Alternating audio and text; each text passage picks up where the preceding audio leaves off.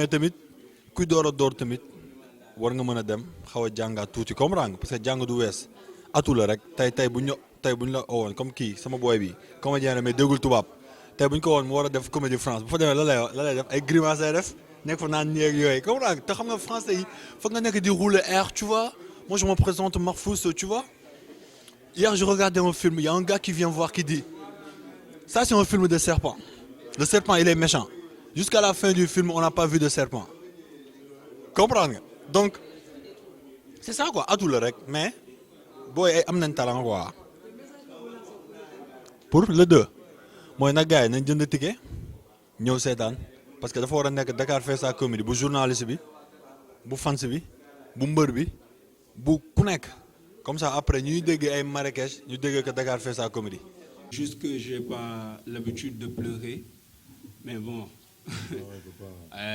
vraiment je suis très content et c'est vraiment un grand plaisir pour moi de travailler avec de grands messieurs ainsi que Samba, Marfous, monsieur Kessé Bousso, qui est vraiment une référence pour nous tous, pour tous les Sénégalais.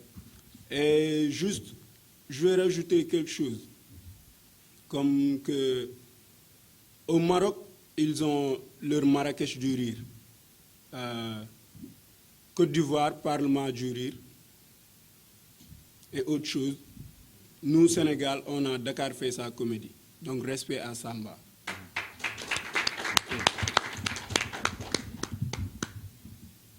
Une autre chose, ils ont Jamel Debbouze.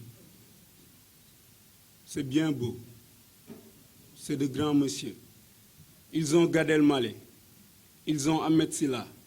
Nous, on a Monsieur Tombola.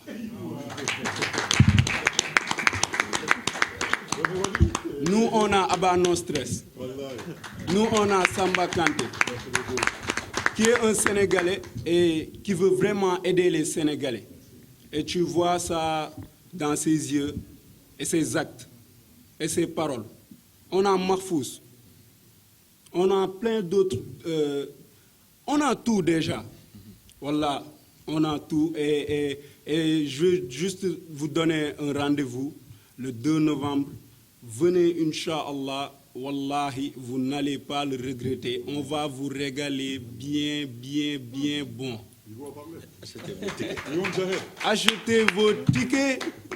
Achetez vos tickets et venez.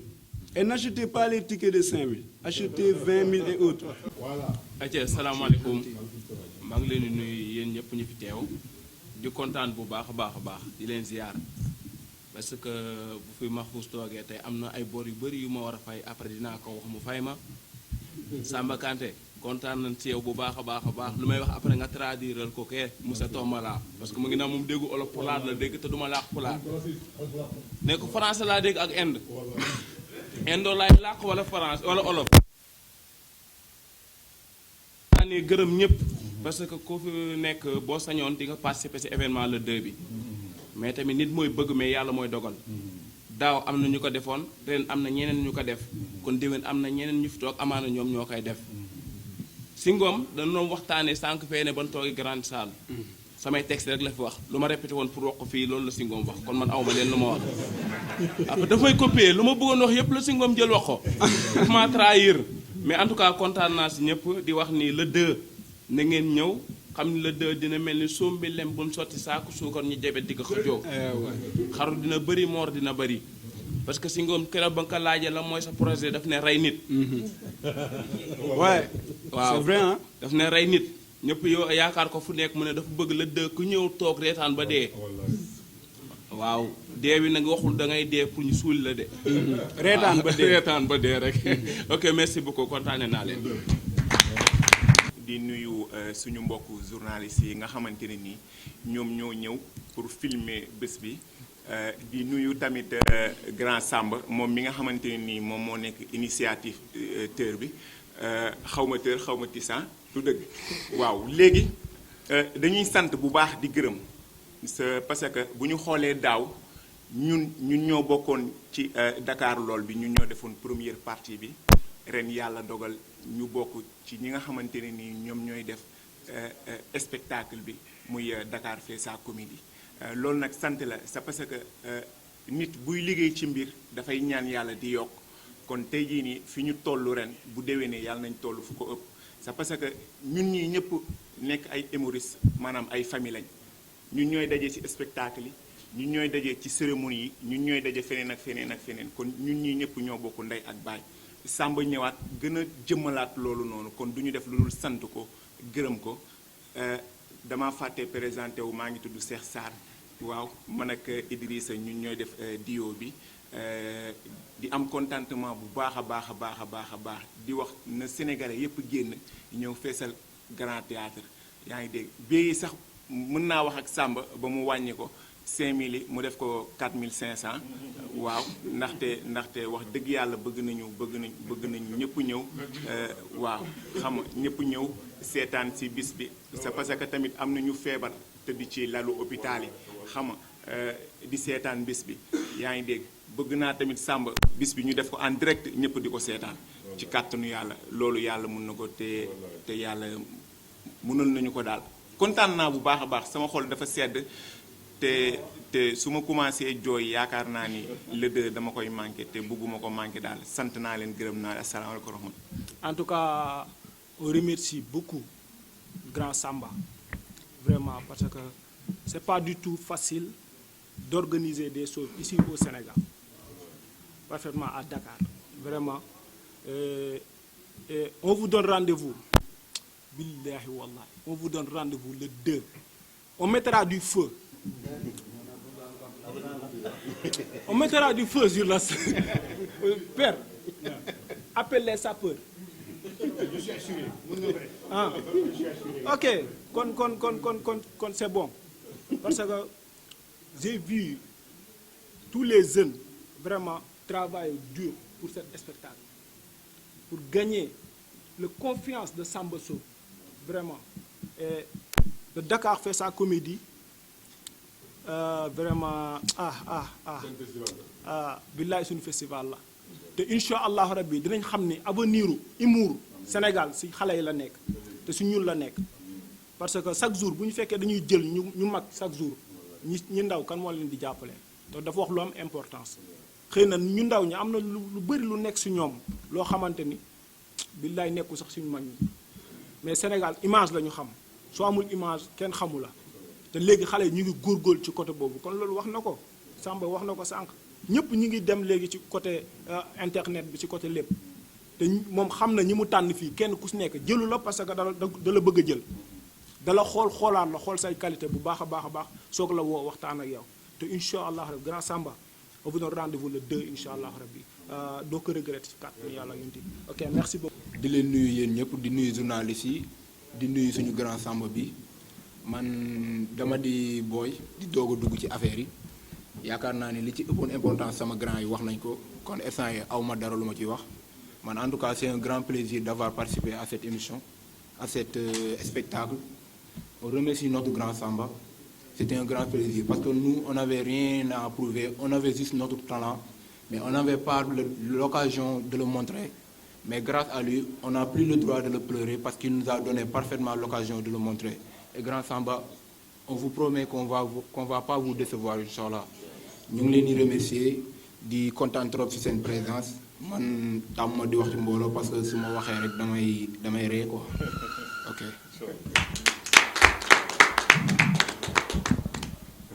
OK. Alhamdulillahi rabbil alamin.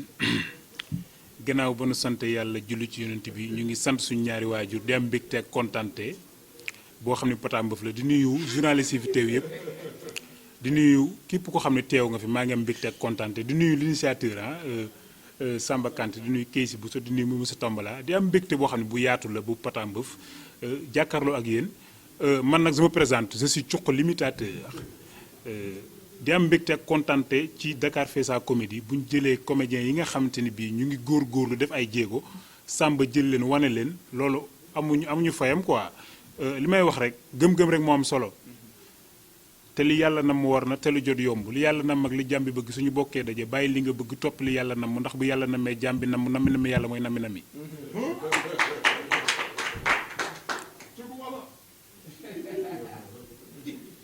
maanaam loolu nit da ko war a xam lu yàlla def rek moo gën maanaam di kontaan daal ci initiative bi nga xamante ni jël nañ ko di wax la na gars yi jënd ticket yi jënd billet yi ku jënd 5000 baalu ma la ku jënd 10 000 baalu ma la 20 000 lañ bëgg jëm kaw bu 50 000 sax amee jëndal ndax da ngaa war a reetaan waa bayraam daal le 2 incha allah samedi joxe rendez-vous ñëpp ñu teew fa vraiment di am mbégte ci kontaan ci artistes yi teew yëpp di am mbégte bu baax a baax bu yaatu di jox di daje ñëpp le 2 incha allah samedi vraiment kontaan naa ci ñëpp.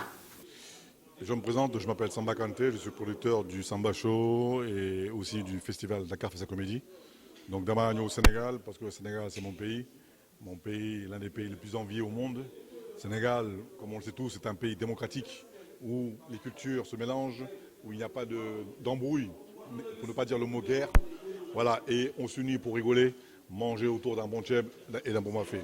Donc je me devais, par patriotisme et par fils du Sénégal, venir au Sénégal organiser cette deuxième édition au Grand Théâtre avec l'appui du directeur M. Kessi Boussou, que je remercie au passage, et aussi la présidence qui m'ont demandé de refaire une deuxième édition ici au Grand Théâtre. Donc, pourquoi la deuxième édition et pourquoi Dakar fait sa comédie? Parce que Dakar, c'est la capitale du Sénégal, donc c'était tout à fait normal. Tout à fait normal et logique de commencer d'abord par Dakar. Mais le but, c'est d'aller aussi dans les villes comme Thiès, comme Kaolack, comme Tamba, comme Saint-Louis, Ziguinchor, et de faire le Ziguinchor fait sa comédie, Thiès fait sa comédie, Tambacounda fait sa comédie, mais pour l'instant commencer par Dakar. Mais l'avenir, c'est vraiment d'aller dans les villes du Sénégal et de faire la comédie comme il se doit, en les rendant beaucoup plus pros et en faisant connaître l'humour sénégalais dans le monde entier, Inch'Allah. Parlons de la dernière édition, la première. Comment ça a été déroulé avant de parler donc de cette édition donc 2019? La première édition s'est passée en concertation avec M. Tombola, qui est l'un de mes artistes et aussi l'un de mes frères, qui m'a demandé de faire ce festival-là au Sénégal. Donc on s'est concerté et on s'est dit on va aller donner la force au Sénégal. Nous avons emmené avec nous des humoristes sénégalais, des humoristes français, et nous avons fait ce mélange artistique entre la France et le Sénégal, et il a donné ce qu'il y a eu à la première édition. Cette année, c'est l'exercice local. Pourquoi sélectionner donc les artistes locaux, les comédiens locaux sénégalais? Parce qu'entre-temps, les artistes locaux ont émergé, non seulement sur les réseaux, car de nos jours, sans les réseaux, on n'est rien.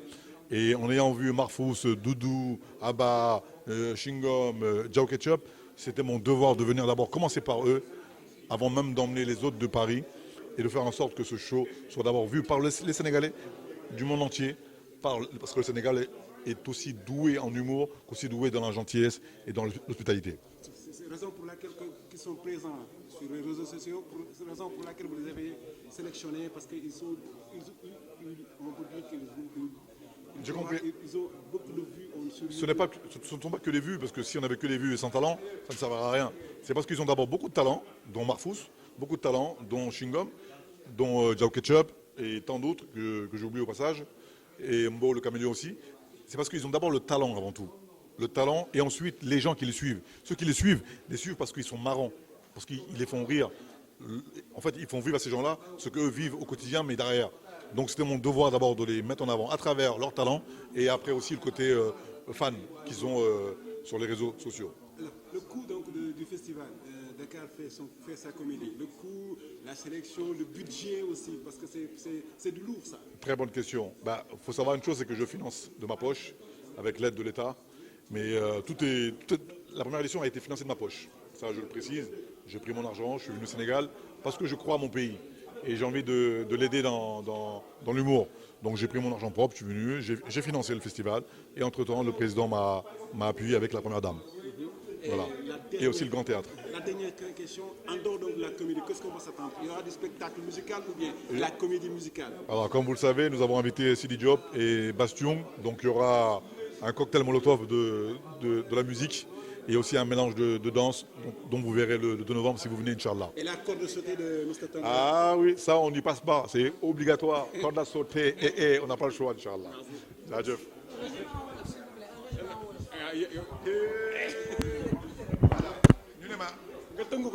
ñu ne ma tëmb ko ci wolof léegi Sénégal humour dafa neex adduna yëpp ñu bëgg gis humour sénégalais léegi man damaa ñëw fii jël sama raak yi ak sama mbokk yi teg leen ci grand théâtre et defal benn festival boo xam ne yëpp ñu koy xool ci adduna bi yëpp parce que adduna bëgguñu jooy mais bëgg nañ reetaan voilà donc léegi Tombola moom Haalpulaar la léegi dafa bëgg wane comédie am ci waa sénégalais yëpp parce que moom on l'a connu à travers dañ ko xàmmee ci Kota Sauté mais dafa mun humour bi bon man tamit dama ko mun mais léegi man damay bay sama raak yi wane ko ci sénégalais yi ci àdduna bi yëpp voilà sama wolof leer na ah saf na voilà.